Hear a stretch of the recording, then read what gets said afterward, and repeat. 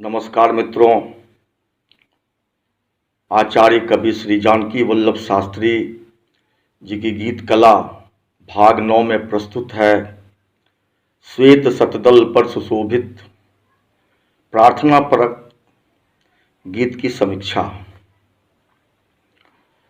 आगे की पंक्तियां हैं, ये दिशाएं किमाकार उदारतर, या कि फैली हैं भुजाएं चार, अर्थ काम की धर्म मुक्ति विचार कर, दे रही सबको उचित उपहार। यहाँ देवी देवताओं के 4 हाथों की कल्पना है। देवी के 4 हाथ चारों पुरुषार्थों धर्म, अर्थ, काम, मोक्ष को बांटते हुए दिखाई देते हैं। प्रकृति के कण कण में व्याप्त सरस्वती की जिस सुंदर प्रतिमा की कवि कल्पना करता है, उसमें चारों दिशाएं ही सरस्वती की चारों भुजाएं हैं, जो अपनी उदारता से फैली फैली सी दिखाई देती हैं।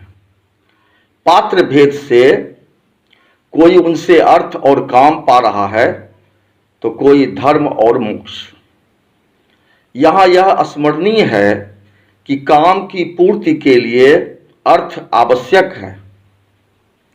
अर्थहीन काम असफल होगा। इसी प्रकार धर्म के बिना मुक्ति संभव नहीं है। अर्थात कोई धर्म के रास्ते चले तो काम तक पहुंचेगा। अपनी कामनाओं को संपत्ति के बल पर चरितार्थ कर अपने जीवन को कृतार्थ समझेगा। किंतु जो धर्म के रास्ते चलता है वह मुक्ति के क्षितिज पर पहुंचता है और विराट होने के परम आनंद से अभिभूत होता है। यही उसकी मुक्ति है। प्रज्ञा की देवी सरस्वती चारों पुरुषार्थ बांट रही है। कोई विद्या के द्वारा चांदी काटना चाहता है और सांसारिक भोगों में ही आकंठ मग्न रहना चाहता है, तो सरस्वती उसे वही देती है।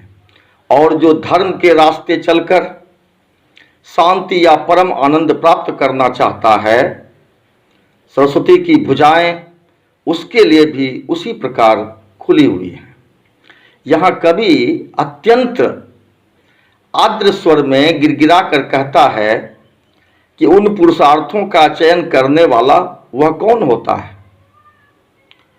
मैं जिस ओर से भी उमड़ घुमड़ कर आऊं, तुम्हें यह प्रतीति दिला सकूं कि मैं अशरण हूं, मुझे अपनी छाह में ले लो।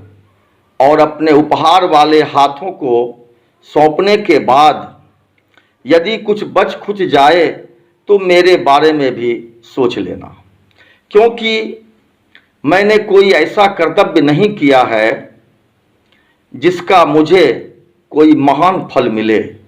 मैं तो तुम्हारा स्वागत गीत हूँ, जो भीतर ही भीतर गुनगुनाया गया है,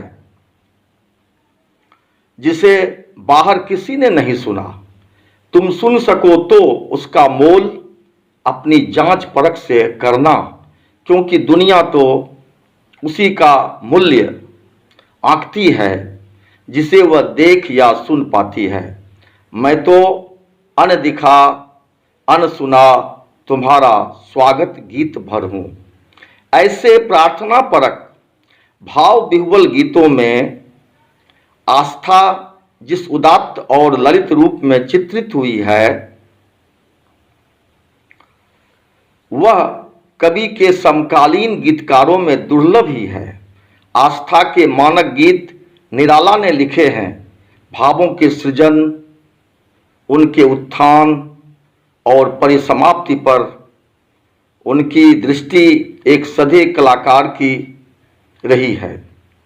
आचार्य जानकी वल्लभ शास्त्री जी में इन रचनाओं में उदात्तता को लालित्य से सजाने की प्रक्रिया दर्शनीय रही है।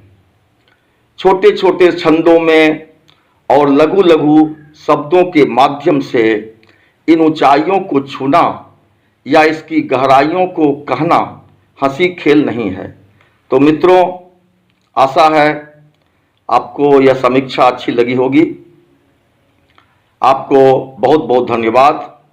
इसका शेष भाग मैं गीत कला भाग 10 में प्रस्तुत करूंगा।